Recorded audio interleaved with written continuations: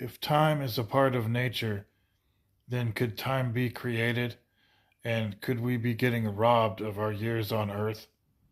Is it possible that we are not the age that we are deducted from time of birth?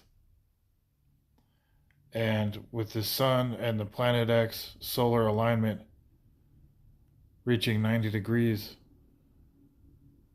there's potentially a totally different interaction going on. And there's something on Earth that interacts. It's possibly a part of Planet X.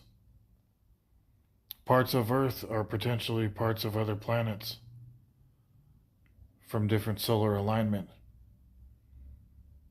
And time could be different with different suns, and different suns interacting with Planet X or the moon. They could have different interactions. And time on Earth could be just a remainder. Potentially, the human behavior affects time somewhat, with the hereditary advancement being totally different than any other animal on Earth. And different states have different hereditary evolvement going on.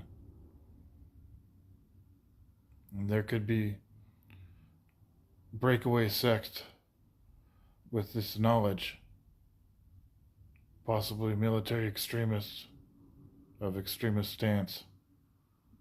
And part of that is how they have a stance in time that's a different class.